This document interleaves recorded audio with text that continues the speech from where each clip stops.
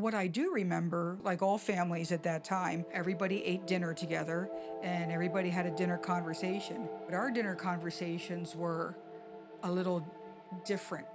We would talk about, what do you think it would be like if we could put a colony on the moon? Well, who would you take with you? Would you take this kind of person? Would you take that kind of person?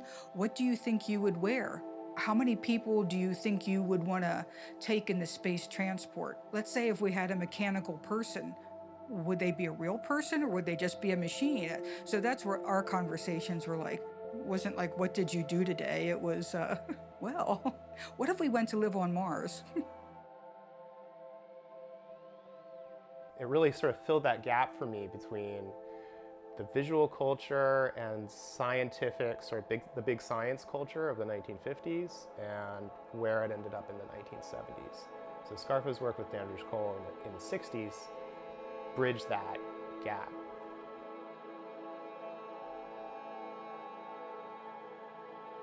Scarfo was successful in that he contributed to the spaceflight we have today.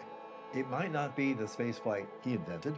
We may not be following the schedule he had hoped. We certainly don't have bases on Mars and Moon. If we didn't have the vision to follow, or the wherewithal to spend the money, or the wherewithal to try something really dangerous and new, that's not their fault.